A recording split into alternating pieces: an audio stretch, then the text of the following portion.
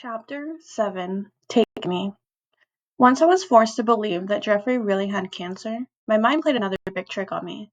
I started to think that if I just made the right promises to God, He would magically make Jeffrey all better again. And the promises just popped into my head, right and left, day and night. It was made for a tough couple of weeks. I'd be in the lunch line at school, and a pack of ring dings would catch my eye. I'd say to myself, okay, if I don't eat those, Jeffrey will get better. Or I'd promise things like, if I never hit Jeffrey again, he'll get better. About 20 times a day, too. I'd swear that I'd never think impure thoughts about Renee Albert again if Jeffrey would be alright. But let's face it, I'm a 13-year-old American male. I have no willpower.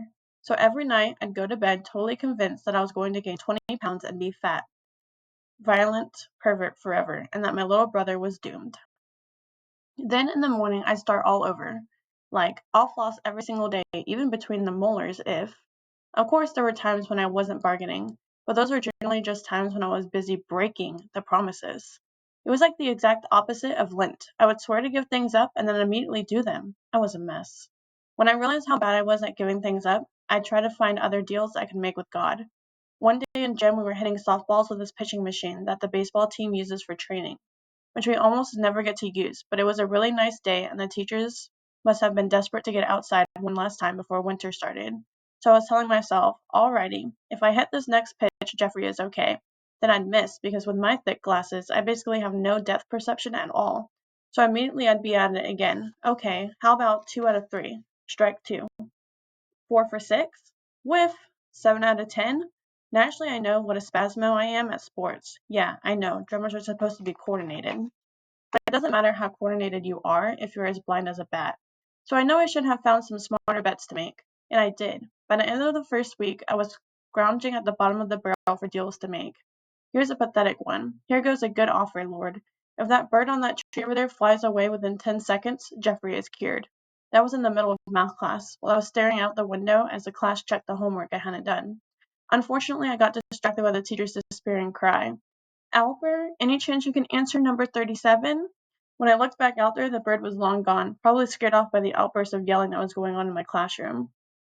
I was fairly certain it had been longer than 10 seconds between when I first looked away and the moment when the teacher's attempt to engage me developed into top volume. Random threats to my safety, but we'll never know for sure. As usual, drumming was my biggest escape from this reality stuff. Rehearsals and practice times by myself were like these little islands of okay, in a vast of sea of holy crap. So I hopped from little musical island to little musical island. One day, a weird thing happened to me. I left math class to go to the bathroom, and on my way back, I heard this beautiful piano playing coming from the band room. Now, of course, I knew it had to be Annette. She was the only unbelievable keyboard prodigy in the building, and I knew that she had this independent study piano period. But when I walked over and stuck my head in the band room door, I couldn't really process what I was seeing. There was this truly pretty girl sitting at the piano with this amazing posture and her hair falling long around her face in a quite non-Annette-ish way, and a serene look I had never noticed on her face before. She finished a piece and looked up after a long, long time. I would be toasted like a barbecue wiener when I got back to math, and blushed. She actually blushed. It was like as soon as the music disappeared, so did smooth Annette. Then she mumbled, "Chopin?" "What?" "That piece. It's Chopin. I'm getting ready for an audition at Juilliard next month, but I'm not nearly ready yet." "You're kidding, right? That was, the best thing I'd ever seen. Ever. Ever. What's at Juilliard?" "It's a famous music school in Manhattan. They have an intensive program for high school students, every Saturday from 8 to 1. So you'd have to get up around 6 to get there?" "I'd have to get up around 4:30 to get there, but my parents are willing to drive me, and—" "Don't you want to have some free time on Saturdays?" "Steven, this is—" "Oh, forget it. Want to try something?" Suddenly another new Annette had sprung up. She had kind of a mischievous, flirty grin on her face. "Sure. Sit down at the drum set. Go ahead. Now get ready to play what you hear, okay?" Alright. And she burst into this fantastic, complicated jazz thing. So I tried to play along with the ding-ding-a-ding ride cymbal thing that always works for jazz, and immediately got the beat all turned around and messed up. Annette stopped playing and laughed. She looked at me and jumped in again. Again, I got ruined in seconds, so she jumped in for another go-round, and another, and another. Finally, I had to ask, "What is this?" "Oh, it's just a little something I picked up off a CD this week. It's called Take 5. It's by this piano player named Dave Brubeck from like 1963. Why can't I play it? Well, the beat is in 5/4 instead of 4/4. Huh? You have to count 5 beats in every measure instead of 4. That's why it's called Take 5. Want to take another shot? Just then the bell rang, and I realized I had now officially skipped out of my first class ever. Annette just smiled that new smile again and flipped me a CD-R disc. Here it is. Burn it. Then she bopped off down the hall with the old bunny on puppet strings walk I was used to, leaving me to wonder what had just happened. I was fairly sure that something had. Things were happening at home, too. Around the second week of Jeffrey's treatment, I guess word got out among my parents' friends that it was time to acknowledge Jeffrey's illness. All of a sudden, as if somebody had thrown a switch, phone calls started pouring in. Cards jammed up our mailbox. A flood of concerned grown-ups started pulling up to our house with baskets and bags of food. Flowers, balloons, toys. I admit that the edible stuff gave me a nice break from being the microwave Hot Pockets poster child, but the whole scene was kind of bizarre. You can picture it. The well-wisher comes in, we all thank him, or more often, her, as the Tupperware is handed over. Then everybody stands around awkwardly while the visitor tries to find appropriate things to say to my parents. If I'm around, it's weird. They ask me how I am, but I can't actually tell them about anything that's going on in 90% of my life. They really mean, how are you? Specifically with regard to your brother's health crisis. And if Jeffrey is there, it's the biggest nightmare of all. Half of them try to be cheery no matter what, so they act all loud and hearty, swinging Jeffrey around and telling corny jokes. Meanwhile, I'm standing there mentally shouting at them, "Be gentle, you moron. Don't bruise him. Please step away from the boy." The other half are solemn no matter what, which is equally horrendous. Because Jeffrey is such a naturally happy kid, he wasn't generally downhearted in those early days. Despite the illness, sometimes he had really bad aches, especially in his legs, and he was tired a lot of the time, and the chemotherapy drugs were making him feel pretty rotten physically. But mentally, he was Jeffrey. The kid wanted to laugh and play and maybe watch Nickelodeon when things got too exhausting. And when the frowny people came, they almost wanted to see Jeff be a sad sick boy, to earn the pot roast they were carrying or whatever. And those visits dampened his spirits for a while at least. After a week or so, though, Jeffrey and I made a game of it. As somebody started up our front walk carrying the obligatory gigantic shopping bag, I would say, "Okay, Jeff, what do you think, frowny or cheery?" "Definitely cheery, I think. We've had 3 frownies in a row." "You may be right, little man. We are due for a cherry right about now, but she's looking a bit nervous. I'll bet you $1 she's going to be a frowner." Then we'd open the door, smirk at each other throughout the visit, and finally assign the visitor a score after she left. No matter how horrendous the experience had been, I could usually get Jeffrey to laugh by acting like a sports commentator.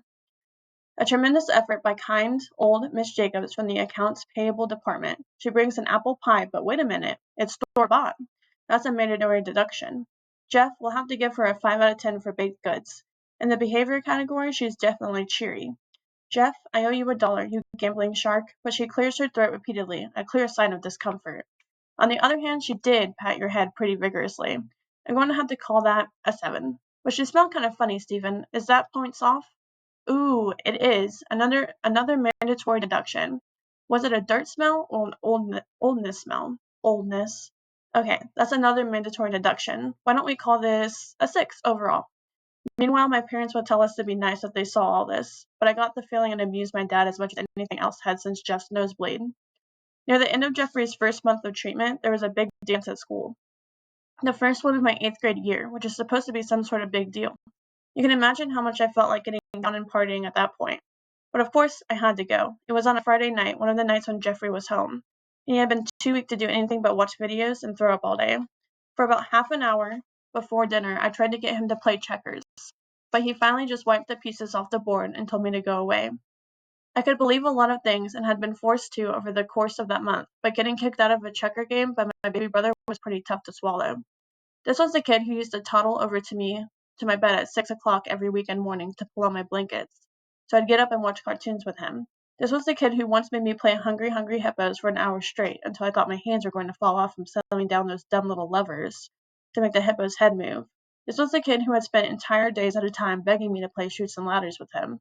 And now he was feeling too sick to play with me? And I know this is a selfish reaction, but my thought at the same time was, oh great, I'm not even at the dance yet and I'm already getting rejected. What an ego boost. I was starting to get nervous about this dance. I went through every possible clothing combination I owned, but somehow none of my dozens of black Rock Band t-shirts seemed to match with any of my 3 identical pairs of Old Navy jeans. And I was still standing in my room, with only my pants on, blasting WZZO, trying not to think about how horrendous Jeffrey must be feeling while I was running off to a dance, and randomly tossing shirts to and fro when my mom appeared in the doorway. Honey, we have to hurry if you want to get to this dance. Since your father's at that big dinner meeting at work, I have to drive you and take Jeffrey with us, and I don't think your brother is going to be awake much longer. I know, Mom. I just look like a dork master in every shirt I own. You do not look like a, what is it? Dork master? Steven, you look like a handsome young man. Although you might want to zip your fly. Mom! What, should I have not told you and left it for everyone else to notice at the dance? Mom, would you please let me get dressed? We don't have time for one of your big insecurity scenes. Here, Steven, let's see what you have in your closet. She opened the closet doors and started thumbing through the clothes I had hanging there, giving little motherly comments. This one looks great with your brown eyes. This one makes you look nice and muscular. Mom, this one is too formal. This one is stained. Why is a dirty shirt hanging in your closet? This one is perfect. Now put it on. Mom, that one is purple. I haven't worn it once since the day Grandma gave it to me. I'll look like Barney. Oh, Steven, Barney is purple and green. You'll look nothing like him. Plus, this isn't purple, it's eggplant. Sure, Mom. Chicks dig a dude who's supporting the latest eggplant turtleneck styles. I grabbed any old black shirt off the floor, stalked past my mom as I pulled it on, and went downstairs. Jeffrey was sitting on the couch looking miserable, but he had enough energy to embarrass me in front of my mom. Do you think Renee Albert will dance with you, Steven? You think she's hot, right? Oh, leave me alone, shrimp boy. Renee Albert has a boyfriend. Will you dance with Annette? She's pretty too, and she knows you're alive. Where does he get this stuff? I don't know, Jeffrey. Usually there's a big line of girls waiting to dance with me, so it depends on how soon Annette gets there. There's just not a big enough supply of Stephen Albert around to meet the demand. That's a joke, right? Yeah, it's a joke. I'll probably just stand in the corner trying not to be noticed until the decoration committee accidentally packs me into a box at the end of the night. There I will lie, crammed between rolls of crepe paper until the New Year's dance 2 months from now. Jeffrey thought about this for a moment and said, won't they notice the box is too heavy when they go to put it away? Good point, Jeffrey. Stephen, put your brother's shoes on, will you? We have to get moving. They'll never fit me, Mom. Har, har, very funny. Now let's go. It wasn't until we were all in the car several blocks away from home that I realized the random shirt I had put on was last year's middle school band concert shirt. Perfect. It was easier than building and carrying a gigantic picket sign with the word geek on it, but it achieved the exact same effect. When we pulled up at school, I was pretty distracted, but I did notice that Jeffrey didn't look so great. I came up with a new bargain with God. If you make Jeffrey better, I won't go to the dance. Maybe God knew that right then. Staying out of the dance didn't feel like a big sacrifice to me, because it didn't instantly cure my brother. I ruffled Jeffrey's hair and told him to be good and not to play too much WWF Wrestling Live with his fragile mother, took a deep breath, and walked away into my big night. Instead, inside the dance, I found a bunch of my friends standing around in a corner. It suddenly struck me that the two worst social situations in middle school, dances and dodgeball, had a lot in common for guys like me. You go to the gym, stand in the corner as far away from the action as possible, and try not to be seen. Your eyes scan the room for threats, either flying projectiles aimed at your head or girls aimed at mortifying you by getting you out on the floor. And you sweat profusely while standing still. Also, you're wearing clothing that embarrasses you, and you feel like everybody else is better at this game than you are. And in both situations, you desperately hope that some miracle will occur to bring you glory, but you're too scared to attempt to do anything that might actually achieve any recognition. Oh yeah, dances and dodgeball, the two D's of my middle school nightmares. Of course, looking around was kind of fun. Renee Albert was looking incredible in some kind of tight-ish shiny thing, and her little court of supergirls were all dancing together, flipping their hair around and occasionally stopping to do little fix-up things with their sparkly lip gloss. I remember wondering how I could be so awkward about this stuff, but these girls raised in the same town as me, with basically the same exact social experience as I had, could be so cool. Then Annette came bounding over to me. She was wearing jeans and a shirt like I was, but somehow the fact that we were at a dance made me too aware that she was female. So I felt weird talking with her. Plus, all of my guy friends were standing around smirking. Hi, Steven. Hi, Annette. Did you listen to that CD? Yeah. Did you figure it out? I did, and I have a drum lesson with Mr. Stoll tomorrow. I think I'll bring it along so I can work on it with him. Okay, make sure you do, because I have big plans for you. You do?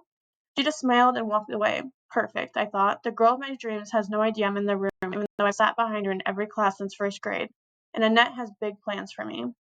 I sat around for a while more, listening to my friend's moronic commentary about how Annette wanted to jump on me and make me her band geek love slave. until my night took the final plunge into horror. My mother walked in. I didn't see her at first, and I guess she didn't spot me, so she had to get the DJ to stop the music and announce that Stephen Alper's mother was here to pick him up. Right on the spot, without knowing what exactly was going on, I made God one final offer. Take me. Don't take Jeffy. Please, Lord, take me. End of chapter 7.